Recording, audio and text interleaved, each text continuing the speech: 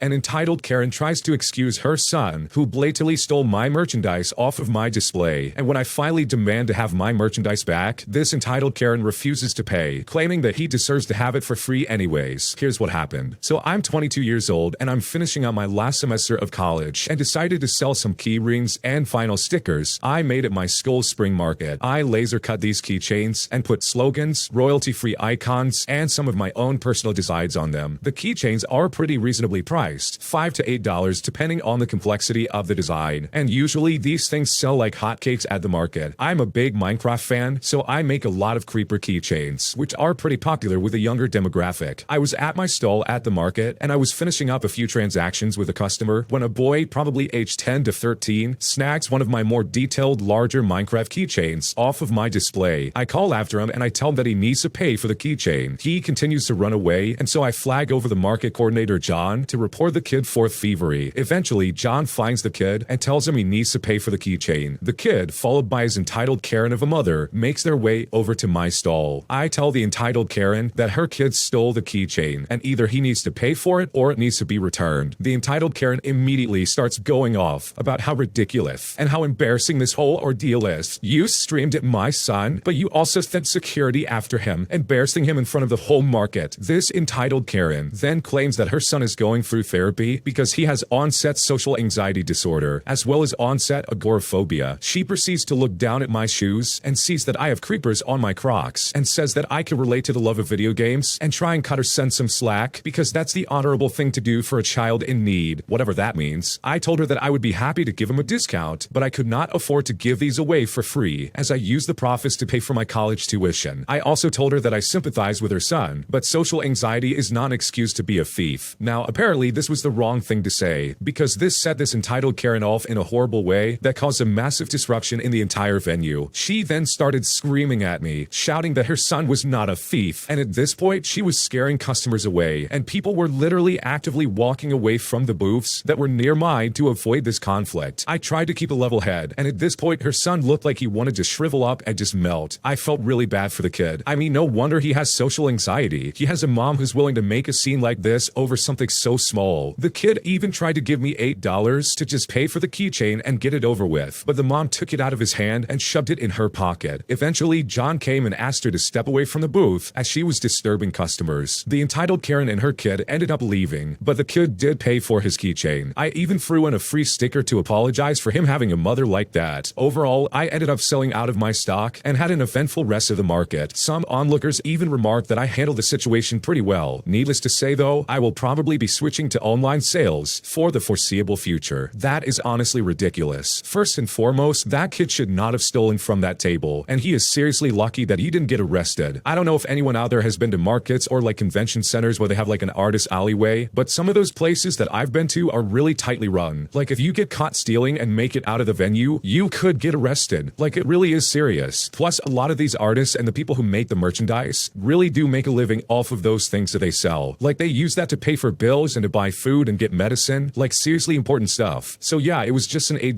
keychain, but you know what? That's $8 out of the original poster's pocket. But if you really do look at it, the kid's only like what, 10 to 13 years old. I think any reasonable person would be at least forgiving and say, hey, you can keep it, but you have to pay for it. Otherwise, give it back. This is not a charity and you can't just give it away for free. That's not how this works. So with that in mind, the way the mom was acting is seriously crazy. Like to get up in your face about her son stealing and making a fool of herself and making everybody else around her uncomfortable, all of that is just completely inappropriate. And I think the original poster has it right. No wonder the kid has anxiety, especially if his Karen of a mother's gonna act like that when he's the one that messed up and tried to steal something. So honestly, good for the original poster for sticking to their values and for not caving into this weird lady, because entitled Karens who act like this really do need to be put in their place, especially if they're gonna act crazy and start shouting like a maniac. If you like Am I the Jerk, you're probably going to love Am I the Genius. Check it out, link down below in the description. This next one came from the Am I the Jerk podcast subreddit. Check the links in the description if you'd like to submit your own story. Am I the jerk for hiding my late mother's earrings from my father after knowing that he would try to pawn them off for some money? So when I was young, my family wasn't rich. Sometimes we were getting by, and other times we were borrowing money left and right. My mom had some jewelry that they sometimes pawned off, but they always got it back. All this changed when my father went to work abroad and started making good money. We lived comfortably for about a year, and then my mom started having health problems. For the next few years, the majority of what my dad was sending us went into my mom's treatments, and unfortunately she did eventually pass away. And even worse, my dad could not come home for the funeral because of his contract. My grandmother took my mom's gold earrings that she wore every day and started wearing them herself to have something to remind herself of her daughter. After a few more years, my dad came back home permanently. He decided to use some of the money he made to buy and renovate the place we were living in, as by that point we were renting. However, he seriously underestimated the renovation costs, and he ended up spending almost everything he had. So financially, we were back where we started. A few months later, my grandmother also passed away. The neighbor who found her told me she took her earrings and put them in a safe place in the house. I checked later on and they were there, and so I took them with me. Fast forward to 2 weeks ago, and I was visiting my dad, and I was about to leave when I spotted something in his jacket pocket. It was a piece of paper with the word pawn written on it. I took it and I read it. It was a receipt from the pawn shop where the object pawned was described as a woman's gold ring. He started pawning her jewelry again. While I was a bit furious that he did this without telling me, I understood that he needed the money. So to try and keep the peace, I pretended that I never saw the receipt in the first place. I'm now in college by this point, and I have free student housing because I'm technically now an orphan. Because of the same reason, the state pays me a certain amount of money monthly as long as I'm in school. It's not much by any stretch of the imagination, but I do get by. A few days ago, my father suddenly asked me if I had any idea what happened to my mom's gold earrings. My grandmother wore a bandana on her head, which is very common for old women of our country that we live in, and it must have covered her ears. And I guess neither me or my grandmother told him that she took the earrings, so he technically doesn't know where they are. Knowing what he did with the ring, I honestly did not want him to pawn the earrings too, so I answered him by saying that I have no idea what came of them. He asked me some more questions, but my answers were the same. Now, I know that he needs the money, but I simply don't know if he'll get them back like last time, so I didn't want to take the risk. As far as he knows, my mom was buried with them, but now with all things considered, I'm starting to feel bad about taking my mother's earrings and not telling him about it. So am I the jerk for hiding these earrings from my father, all because I didn't want him to pawn them off at a store? Should I have told him about these earrings in the first place? What should I do? First and foremost, I want to say you are not the jerk in this situation. The fact that you want to hold on to these earrings and keep them as a family heirloom of sorts, even if it's just so you can remember your mother by, is, in my opinion, a really good thing. Like, this clearly could go to one of your kids in the future, and I really don't think it should be pawned off by your father, even if there is some slight chance that he could get it back. Like, that's not okay in my opinion. The original poster went on to say that they're a guy and they don't wear jewelry like that, so they have no intentions of ever wearing it. And you know what? That's okay. That's probably going to be better for you in the long run, because wearing them often could make you forget that you have them on and that eventually your dad could see them. So it's honestly a good thing that you don't wear them, in my opinion. That way you can keep them in a safe place while also not worrying about having to take them off if you just so happen to be around your dad. So no, you're not the jerk in this situation. You're just trying to preserve a memory of your mother that your father clearly is not taking seriously, and I don't think there's anything wrong with that in the slightest. My coworker, who is clearly in a relationship, confessed to me that he really likes me, even though he knows that I am also in a relationship, and now I seriously don't know what to do. So I started working at this job about a month ago, and after meeting some friends here, it made work genuinely a lot of fun. A group of 2 girls and 3 guys, all in our early 20s. I went out with them yesterday, and it was great. I even told them some personal things, and now I really do love that group. Then, afterwards, one of the guys called me and confessed he was into me. Now, that isn't a bad thing, except for the fact that he has a girlfriend, and apparently lied to her about what group he went out with. I feel so sorry for the girl, and I will pressure him to tell her, because she doesn't deserve this stuff, and she deserves a better boyfriend. It is also weird because I've had literally like 5 conversations with this guy in total, so I don't understand why he felt the need to confess to me that he likes me. And to make matters worse, I also have a boyfriend, and he knows that. I even told my new friends how much my boyfriend means to me and how he has helped me out of my depression. I just don't understand why he would do this to his girlfriend and put me in that position too, especially after what I told them about my boyfriend. Like, seriously, what do you expect me to say? I'm disappointed, and it is a pattern. This is not the first time this has happened. Almost every guy friend I make hits on me after a month or so. I know so many guys that are great, and I want to be friends with them. It just seems to happen every single time, even when I think it won't. It makes me feel like I'll never be a person to a guy, that I'm not a person and I'm just a girl. I'm either something that they physically want to look at, if you know what I mean, or they're just romantically interested in me, or they find me uninteresting at all, and I honestly hate it. I just want to get to know people and talk to them without other intentions. I stopped making one-on-one guy friends because they seem to take it the wrong way when I'm friendly with them, and I don't want to lead someone on or be mean, but I found making friends in a group would be just a little bit different. So because because of this, I lost another friend group. I'm young, and I don't know how to handle this correctly. I can't just keep hanging out with this group now. I feel like that will be right to my partner, but I really want to be friends with the others. I had such a great time, but that means I'll have to be around that guy too, and I just don't want to. I told the other girl in the group about this, mostly to warn her in case he is suddenly in love with her too, while also not telling the other guys about this situation. Before this all happened, he invited all of us to do something together next weekend, but after I rejected him, I got uninvited. Is this a sign that I should withdraw from the whole group in general, or is there a way I can keep being friends with everyone else? I don't want to lose this friend group either, even though it is clearly him that is messing up. What should I do? This is an awful situation, because here you are at a new job and you just want to make friends with people so you can make your working experience just a little bit more bearable. And trust me, I totally get that. Especially when you work in customer service, there are some people that you deal with that absolutely just suck. So having some kind of partner in crime, or even just a colleague that you're friendly with to help you get through the day, really does make a huge difference when you're just trying to get it done. But now you have a guy that's not only going behind his girlfriend's back, but also completely ignoring the fact that you have a boyfriend. Also, he can be like, "Oh, I really like you." Like, that's so inappropriate. It's so messed up. And it really sucks that this came your way. And you can see what his intentions really were. He wanted to get with you, and he clearly wanted to try and cheat on his girlfriend. And when you said no and rejected him, he has officially uninvited you out of their group. And that's not fair in the slightest. So maybe a possible solution in the future is that maybe you could bring your boyfriend with you the next time you hang out with anyone from work. That way, you can very clearly project to everybody around you that yes, you have a boyfriend. Here he is in person. And no, I'm not interested in you. But at the end of the day, it's pretty clear that this guy's going to try and have some kind of role and making it so you're not invited to these events or any of these get-togethers in general. And that's honestly really unfair and super unfortunate. I think it would also be valuable to try and find friends outside of work. That might be a really nice solution to this problem where all of your friends are colleagues that you work with. That way you can have some people outside of the job who can understand where you're coming from, who won't also try to hit on you. But to answer your question, I don't think you should withdraw from the group. If he was to play the game of, "Oh, you're not invited because you rejected me," well then you can do the exact same thing. You should absolutely invite people to stuff that you want to do, even if that means that guy's not going to be there. There is absolutely no reason you should withdraw from people that you clearly have some kind of connection with. And just because you rejected this guy does not mean that this guy gets to decide who you can and cannot be friends with. My neighbor is obsessed with me, and despite the fact that he has a girlfriend, he constantly texts me and tries to get in contact with me for us to spend some time together. And at this point, I don't know what to do. So I'm a 30-year-old female, and I know that at my age, I should be better and stronger. But you know what? I'm not. I experienced a lot of really sketchy stuff in the past, and we're talking from the young age of just being a late teenager, which has made me perpetually afraid of standing up to people. I'm in therapy for it, and I've made a lot of progress. But this guy surfed right over all my blind spots, and I basically don't know how to get rid of him. I know, it's pathetic. There are probably 18-year-olds who have dealt with this in a more mature and efficient way, but here we are. Anyways, I live in an apartment building in a big city. One day, I arrived home at the same time as my neighbor from our respective jobs. He chatted me up, we rode the elevator together, I got out on my floor and he on his. It was a short conversation and it honestly wasn't anything weird. A day later, he sends me a text message, and the weirdest thing is, I had not given him my phone number. In fact, he grabbed it from the neighbor's group chat. He told me I was pretty and that he liked our conversation, and so on and so on. I told him that if this is his way of asking me out, I was not interested. He somehow managed to convince me that we should just be friends, and I figured that this would eventually just go away, and that would be that. He asked me about innocent stuff, hobbies that I had, or stuff along those lines. We both read a lot of books, and we played games, so we had some pleasant conversations there. Sometimes he would test the waters by giving me a compliment that was focused on my looks, and I always immediately shut that down. He also asked me to meet up with him, which I completely deflected. Fast forward a few months, and I find out by accident he has a girlfriend who's living with him. Another neighbor mentioned her in the neighbor chat, which she isn't a part of. I asked him if she knew about our conversations and said that they were in an open relationship. He even asked for relationship advice, which I cut off since I wasn't comfortable talking about her behind her back. He also seems to be perpetually online, sending me messages every single day, but after a while, I turned off my online statuses because he would continuously point out that I had read his messages and not replied yet. Or when I was last online, I told him multiple times, I only pick up my phone a few times a week, but it hasn't deterred him. Why haven't I blocked him? Well, for one, he's a big tall guy who knows which floor I live on. My second reason is when he got wind that my dad passed away unexpectedly from cancer, he was super nice and supportive. He said all the right things. He asked me how I was doing long after the funeral, and I figured maybe we could actually be friends. this. Fast forward a few more months and he's getting pushy again. He wants to meet up. He wants to have phone calls. He makes frequent contact with me, and if he was any kind of friend, I would be okay with that. But if I'm honest with myself, I don't really trust that he was telling the truth about his girlfriend, and this constant nagging is starting to get to me. I want to end whatever this is for good. I notice now that I am instinctively avoiding arriving home at the same time that he does. I don't participate in the neighborhood chat anymore because putting a message in there sends in the bat signal about me being online. I know it's cowardly, but I really don't know how to end this at this point, and I don't know what to do. Honestly, this is a fantastic situation where you really need to be rude to this guy. It sounds like you're being way too nice to him, and he's picking up clues that you're not dropping. So maybe just be rude to him. Tell him to get lost and say, no, I'm not interested. You're freaking me out and you're being weird. And then block him and go from there. Like, you do not need to be afraid of this guy just because he's tall, and also because he was kind of friendly to you when your father passed away. That is not some kind of unique trait that people have. That's the bare minimum that someone can do to someone who's grieving that they might even know about in the slightest. So cut this guy off. You don't even need to give him any kind of explanation. You could literally just block his number now and be done with it. And if he really does approach you, just say straight up, I'm not interested and I really don't want to be friends. And that's that. He might come back and say that you're rude or condescending or whatever, but guess what? He's not going to bother you anymore now, is he? But hopefully this all works out for you, because there's no reason for you to feel like you can't even come home at a certain time without this guy pestering you nonstop. I really feel like I want to break up with my boyfriend, not because of anything that he did specifically, but so I can just focus on my career and my career alone. But he does not like that idea and is demanding that we stay together. And right now, I seriously don't know what to do. So I've been in this relationship for about a year and a half, and things are all right, but I think we're starting to look at different futures with each other that just don't align. I also don't know how to explain, but I just don't want to be in a relationship anymore. I'm working on my career and myself, and I think he is very clingy, and that's just the last thing I want right now. I was okay with that before I started my career, but it's starting to be distracting for me. Now, I did mention splitting up, but he gets very upset with me because I can't give a good reason since the relationship is mostly good. He says that I can work and grow my career in a relationship and we can figure out our futures together. So he doesn't think that my reasoning is a valid excuse, I guess. He also says his reasoning for not wanting to break up is because we're perfect for each other, and he doesn't think he'll find anyone after me. I mean, he thinks that we're meant for each other. I don't agree with that because we're only 20 years old, and there's so many people out there still that I could meet. We have tried working things out, but it just goes back to where we started again. The fact that I really think that we should break up. What should I do? First and foremost, at least you know early on that you don't want to have a relationship right now. It would be one thing to try and make this work while also being absolutely miserable and knowing in your heart that, hey, this is not what I want. Because I think it's really cruel and really unkind to string someone along like that and to basically lead them into thinking that you have a future with them, when in reality, you very clearly know that you don't want to be with this person long term. You don't feel like you're soulmates, and you feel like your futures are definitely going in different directions, which is a really good thing to notice. You're basically saving both of you a lot of time. But when it comes to breaking up, I really don't think there's an easy formula for getting it done. You just have to be willing to be the bad guy, even if it's just for a minute, to just break up. I mean, breakups in and of themselves are unilateral. You don't need his consent. He doesn't need to see your reasons as valid, and it is not reasonable to expect someone to agree to be dumped. So if you really do want to break up with him, just tell him the truth, because it sounds like it's literally not about him. This is not something that he did or something that he may have said or anything like that. You just literally aren't feeling it anymore. And for once, the cliche actually rings true. It's not you, it's me. And then that's that. They might try to come back to you a little bit more to figure out what you can do, or if there's any kind of like stipulation or some kind of way where you both can make this work, but you honestly don't have to go against your word, and you shouldn't be forced to try and go into this relationship any further if you feel like you're basically wasting your time. So hopefully, if you do decide to break up with them, I hope it really does go well, because the situation is already really tough as it is, and I think things will start to click into place once you do make that decision and decide to move on. Thanks for watching. When you subscribe, make sure to hit the bell to turn on notifications so you never miss a video. To finish listening to all the stories, use the playlist at the top of the description. And if you like Am I the Jerk, you're probably going to love Am I the Genius. Check it out in the description below and subscribe.